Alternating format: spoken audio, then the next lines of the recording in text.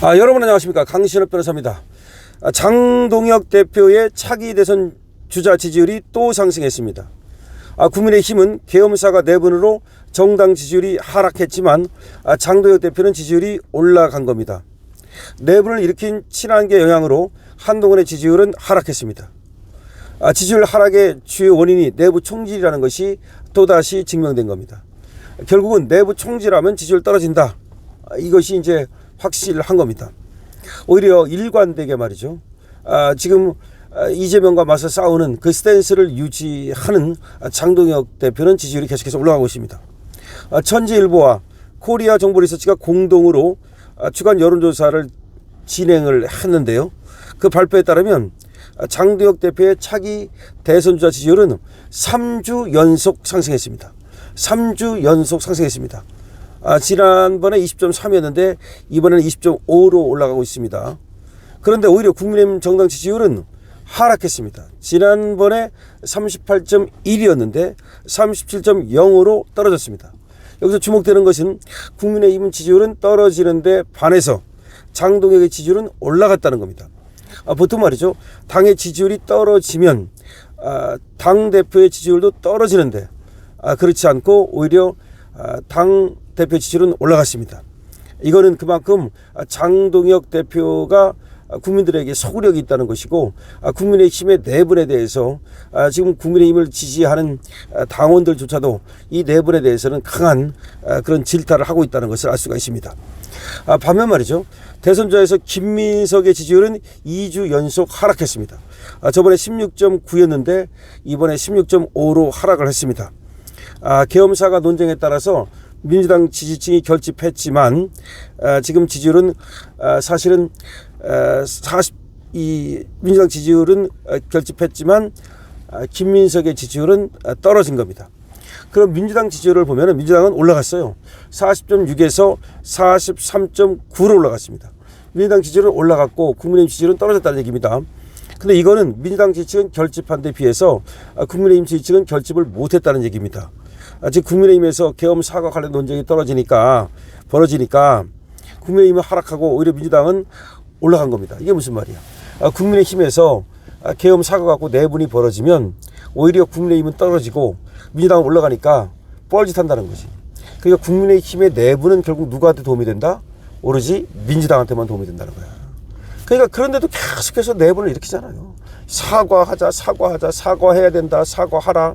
지들끼리라도 사과하겠다, 나라도 사과하겠다. 무슨 윤한홍 같은 배신자가 나오질 않나? 지금 또 사과족이라 해가지고 한 40여 명 또 배신자가 나오질 않나? 이런 것들이 계속해서 그렇게 장동혁을 흔들고, 그 다음에 비대위 체제로 가려고 난리를 떨고 이러니까 국민의힘 지지율은 오히려 떨어지는 겁니다. 반사적으로 민주당 지지율은 올라가요. 그런데 장동혁 지지율은 그럼에도 불구하고 원탑입니다. 1등이야. 더 올라갔어. 그런데 오히려 김민석 지지율은 떨어졌어. 이건 큰 어떤 의미를 가지는 거죠. 한동훈의 지지율과 이재명의 국정운영 지지율 평가에서도 그대로 이런 상황이 반영이 되는데요. 중도 확장과 계엄사과 논쟁을 한동훈과 친하게가 주도했는데 사과하자 뭐 이런 얘기, 또 중도 확장해야 된다 이런 얘기를 한동훈계가 했는데 한동훈의 차기 대선 지지율은 대폭 하락했습니다. 오히려 12.3에서 10.1로 떨어졌습니다. 그러니까 한동훈의 차기 대선 지지율은 오히려 떨어졌어. 그것도 대폭 12.3에서 10.1로 떨어졌으니까 이건 엄청나게 떨어진 거죠. 반면에 이재명의 국정운영 지지율은 상승했어요. 이게 무슨 말이야? 똑같은 거야. 이 안에서 한동훈이가 분탕을 치면 칠수록 그러면 국민의힘 지지율은 떨어지고 한동훈 본인 지지율도 떨어지고 그런데 오히려 민주당 지지율과 이재명 지지율만 올려주는 그런 뻘짓을 하고 있다는 거죠. 정말 국민의힘 지지층이 당을 분열시키는 한동훈에 대해서 지금 경고를 보내고 있는 거죠. 짜증을 내고 있는 겁니다. 그러니까 한동훈 이것들이 그러니까 국민의힘을 망치고 있다. 한동훈 저것들 정말 내보냈으면 좋겠다. 저것들 잘라버렸으면 좋겠다. 이런 것들이 지금 확실하게 나타나고 있는 겁니다. 세부 지지율에서도 그대로 반영이 되는데요. 10-20-30에서 장동혁 대표는 이 김민석 후보를 10% 내외로 따돌리면서 독주 체제를 굳히고 있습니다. 다시 말해서 10-20-30에서는 장동혁이 독주입니다. 독주. 한동훈은 전 연령대에서 지지율이 하락을 면치 못하고 있습니다. 당원 당규 그 관철에서 좌절한 정청래는 또 하락할 것이라는 예상과 달리 오히려 국민의힘 분열로 반사이익을 얻었습니다. 그러니까 정청래는 하여튼 간에 원래는 지금 당원당규 바꾸려고 하다가 이번에 실패하지 않았습니까? 그러니까 원래는 정청래는 떨어져야 되는데 그럼에도 불구하고 워낙 이 국민의 힘이 분열되니까 정청래는 또 반사 이익을 얻어가지고 떨어지지 않았습니다. 어쨌든 간에 지금 여론조사에서 이와 같이 장동혁에 대한 지지가 확실하게 나타나는 걸 보면은 지금 국민의 힘이 뻘짓하고 이렇게만 안 하면 단합만 하면은 충분히 차기 대선에서 해볼 수 있다는 걸 말해주는 거고, 아니 그리고 또 차기 지선, 내년에 있는 지선에서도 해볼 수 있다는 것을 얘기해 주는 겁니다. 차기 대통령 후보 적합도를 보면요, 지금 장동혁은 20.5%입니다. 김민석이 16.5%, 조국이 12.1%, 한동훈이 10.1%, 그리고 정청래가 8.4%, 나경원이 4.3%, 이렇게 나오고 있습니다. 차기 대통령 후보 적합도 20.5%를 장동혁이 기록했습니다. 20.5%. 지난번보다 올라간 겁니다. 지난번보다 올라간 거예요. 근데 김민석은 지난번보다 떨어진 거고요. 그리고 한동훈은 지난번보다 대폭 하락한 겁니다. 그러니까 1등은 장동혁이고, 어쨌든 간에 2등은 김민석이고, 3등은 조국이고, 4등은 한동훈이고, 5등은 정청래고, 6등은 나경원이고, 이렇게 되어 있습니다.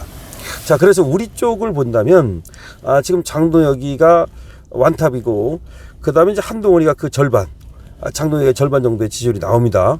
그 다음에 다시 나경원이 또 한동훈의 절반 이렇게 나오는데, 다만 이제 하나 조금 신경 쓰이는 거는 지금 한동훈이는 조금 저건 약간 역선택이 들어있기 때문에 결국 김민석, 조국, 한동훈, 정청래 이것들을 다 합하면 장동혁보다 좀 높게 나타난단 말이에요.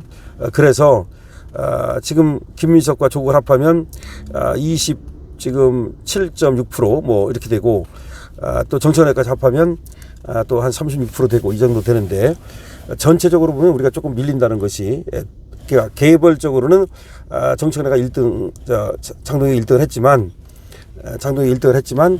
전체적으로는 좀 밀리는 양상이다라는 것을 보여주고 있습니다. 그렇기 때문에 우리 국민의힘이 단합을 해야 됩니다. 단합을 안 하고 계속 분열이 되면은 지금 1등을 달리고 있는 장동혁마저도 장담을 할 수가 없습니다. 그러면 어떻게 되느냐? 바로 이 분열 족속들을 갖다가 빨리 제압을 해야 됩니다. 계속해서 이런 상태로 가면 안 됩니다. 그러니까 한동훈이 지금 당무감사위에 올라갔잖아요. 김종혁이라든지 얘들 빨리 단계조사하고 당무감사위 열어가지고 윤리위원회 회부해가지고서 정리를 해야 됩니다. 정리를 안 하고 자꾸 가면은 이 고름이 지금 살이 될 수 없거든요. 좀 그거를 조금 더 장동혁 대표가 확실하게 좀 외조지를 했으면 좋겠다는 생각이 듭니다. 장동혁 대표가 물론 뭐 인내도 잘하고 나름대로 아주 잘하고 있고요. 그리고 진 커뮤니스 같은 경우는 장동혁 대표가 이제 우리 보수를 구할 하나의 이제 인물이다 이렇게까지 얘기를 하고 있는데, 다 좋습니다. 다 좋습니다만은, 그러나 지금 빠르게 아주 결단력 있게 당의 내분 상태를 정리를 해야 됩니다. 그렇지 않으면 또 대치기가 있을 수 있고, 당의 지지율이 자꾸 떨어지게 되면 그거는 큰 문제가 아닐 수가 없습니다. 그리고 개인적으로는 지금 당권 지금 개인적으로는 대통령 적합도에서 앞서고는 있지만, 사실은 그 파이를 보면은 그렇게 꼭 앞선 것도 아니기 때문에 장동혁 대표가 좀 치고 나가는 그런 앞으로의 또 개혁 방향이라든가, 그 다음에 또 당을 갖다가 확실하게 좀 리더십 있게 이런 걸 보여줄 필요가 있습니다. 강선표입니다.